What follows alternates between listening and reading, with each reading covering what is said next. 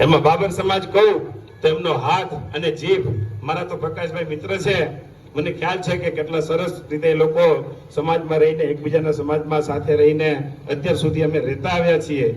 ક્યારે અમને એવો અહેસાસ નથી થયો. આ ફક્ત ને ફક્ત જો વસ્તુ શક્ય બનતી હોય તો ભણતરના હિસાબે છે.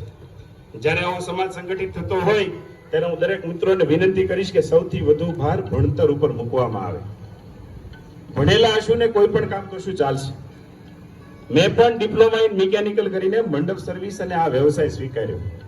કદાચ એ સમયે 1997માં બધાની અપેક્ષાઓ હોય કે ભાઈ એન્જિનિયર થયો છે તો કોઈ જગ્યાએ નોકરી કરશે, પણ જે અત્યારે મોદી સાહેબની વાત ચાલે છે ને કે રોજગારી તો આપણે આપણી રીતે ઊભી કરવાની છે. સરકાર ફક્ત પ્રયત્ન કરી શકે અને મદદ કરી શકે, રોજગારી ઊભી કરવાની જવાબદારી આપણી છે. સામેવાળા પક્ષે વાત થતી હોય કે ફક્ત બેરોજગારીની વાત કરવી,